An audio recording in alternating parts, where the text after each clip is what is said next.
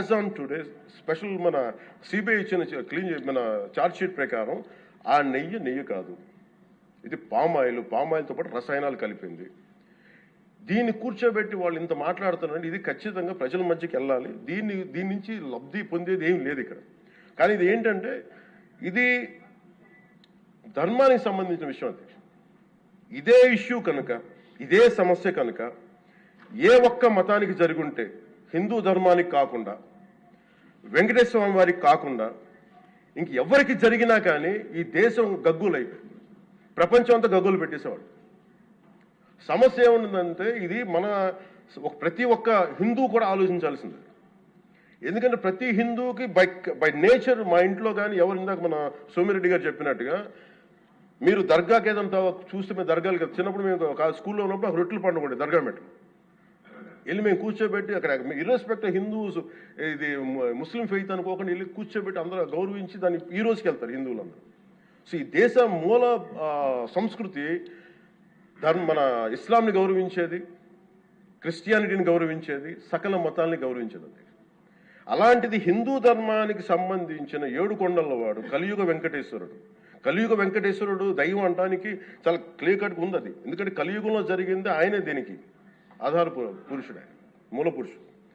అలాంటి ఆయనకి పెట్టే ప్రసాదానికి ఇంత అపవిత్రం చేసిన తర్వాత వీళ్ళు ఏమి కూర్చొని దాన్ని తప్పు లేకుండా లేదన్నట్టుగా మాట్లాడుతుంటే వీళ్ళకి నాకు ఏం మాట్లాడాలో తెలియదు. దీనికి ఒక్కటి బట్టి ప్రజలకు తెలియజేయాల్సింది ఏంటంటే అధ్యక్ష, ఇదే వేరే ఇస్లాంకి జరిగిన, క్రిస్టియానిటీకి జరిగిన, జీసస్ క్రైస్ట్కి జరిగిన, మహమ్మద్ ప్రవక్తకి జరిగిన, అల్లాకి జరిగిన ఇలా ఉండేది కదా అధ్యక్ష. వాళ్ళు ఆ రోజు మన కౌన్సిల్లో కూడా అలా పటాలు తీసుకొచ్చేవాళ్ళు, వేరే ఏ దేవత అయితే. బికాజ్ ఇది హిందువులు కాబట్టి వీళ్ళ కులాలతో ముక్కలుగా అయిపోయి ఉంటారు కాబట్టి, హిందువులు తమ మతాలను ఎడాపెడా వీళ్ళు జోకులు వేసుకోగలరు కాబట్టి దీనికి సీరియస్నెస్ లేదు అధ్యక్ష. Before blaming anybody else, every Hindu has to take a responsibility for this, every Hindu.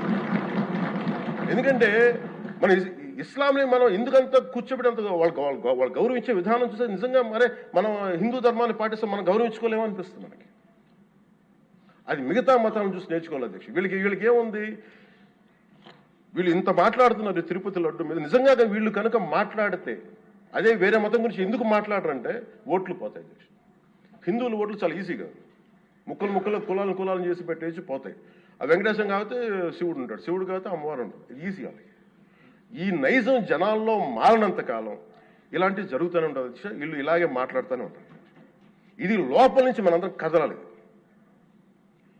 ఇర్రెస్పెక్ట్ of parties. నేను వైసీపీలో ఇప్పుడు రాని వైసీపీ నాయకులు కూడా అడుగుతున్నాను, వాళ్ళ పద్ధతిదారులు కూడా చెప్తున్నాను ఈ సభాముఖం. మీరు ఎవరన్నా సరే రేపొద్దున్న నుంచి మీరు వెళ్ళి తిరుమలలో వెంకటేశ్వర స్వామిని దర్శించుకున్నప్పుడు, ఆ నిలువెత్తు స్వామివారిని చూసినప్పుడు మీకు గిల్ట్ కలగకపోతే మీరు చూడండి. ఎందుకంటే ఆయన కళ్ళలోకి చూసినప్పుడు మీరు ఇన్ని తప్పులు చేసేవాళ్ళు మేము వెనకేసుకొస్తున్నామని ఎవరన్నా మాట్లాడితే ఆ పాపం వాళ్ళకే కాదు వాళ్ళకు కూడా చుట్టుకుంటుంది. ఇది ఖచ్చితంగా దీన్ని ఎక్కడో చోట దీనికి ఒక లాజికల్ కన్క్లూజన్ అయితే పట్టుకెళ్ళదు. దోషులకి శిక్ష పడాల్సిందే. ఎందుకంటే ఇది ఇక్కడతో ఆగకపోతే ఇది ఒక పరంపర అయిపోతుంది. అందుకని మేము ఖచ్చితంగా I'm committed to get this, who are the perpetrator, they should be punished, they should be punished. అలాగే ఒక ముగింపు 2 వాక్యాలు చెప్పి నేను చెప్పి ముగిస్తాను. మన మధ్య నేను ఆముక్తమాల్య చదువుతున్నప్పుడు 218వ పద్యం, దాంట్లో ఆయన చెప్పింది ప్రత్యేకించి ఆయన రాసిన ఈ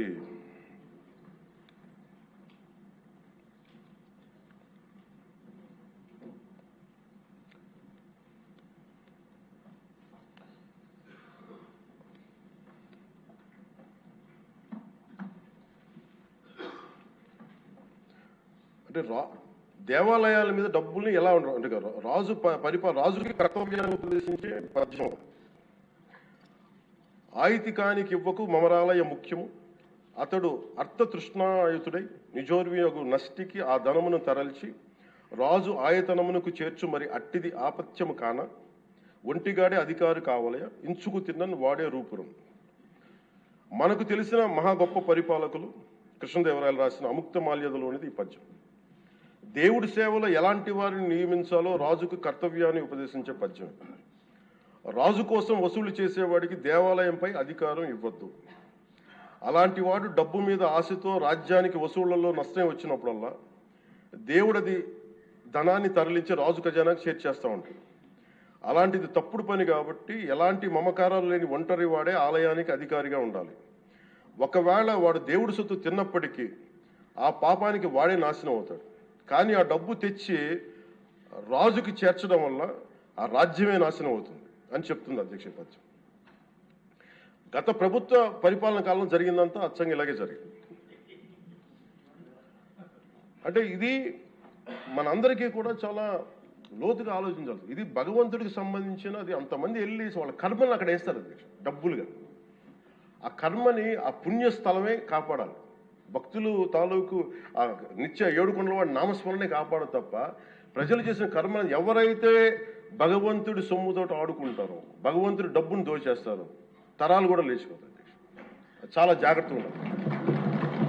ఇది ఎంత మనం ఇది చాలా పుణ్యకార్యాలకు ఇవ్వాల్సింది. అందుకని వీళ్ళందరికీ కూడా ఇప్పటికైనా దీనికి కల్తీ జరిగింది, వాళ్ళు ఒప్పుకుంటామని చెప్పి వాళ్ళు నిజానికి ఇంకా ఇబ్బంది లేకుండా ఇంకా మళ్ళీ దీని గురించి మీరు ఢిల్లీకి వెళ్ళి కోర్టులు వేసే కొద్దీ మీ పాపం పెరుగుద్దే తప్ప మీ నాశనం కొంచెం ఫాస్ట్ అవుద్ది తప్ప ఇదైతే తగ్గదు. అందుకని దయచేసి అందరం ఈ ఒక్కటి అధ్యక్షుడు ఇంకొక మరో మాట చెప్పి మీరు ఎక్కడో చోట ఈ దేశం హిందూ దేవతల మీద, హిందూ ధర్మం మీద దాడి జరుగుతున్నప్పుడు irrespective of political parties, irrespective of what you are, where you are, which language you speak, ఏ భాష మీరు మాట్లాడతారు, మీరు ఏ కులస్తులో తెలియదు, కానీ హిందూ ధర్మాన్ని మటుకు దాడి జరుగుతున్నప్పుడల్లా ముక్త కంఠంతో ఏకాభిప్రాయంతో ఖండించకపోతే మటుకు ఇలాంటి పరంపర కొనసాగుతూనే ఉంటుందని తెలియజేసుకుంటూ సెలవు తీసుకుంటాం.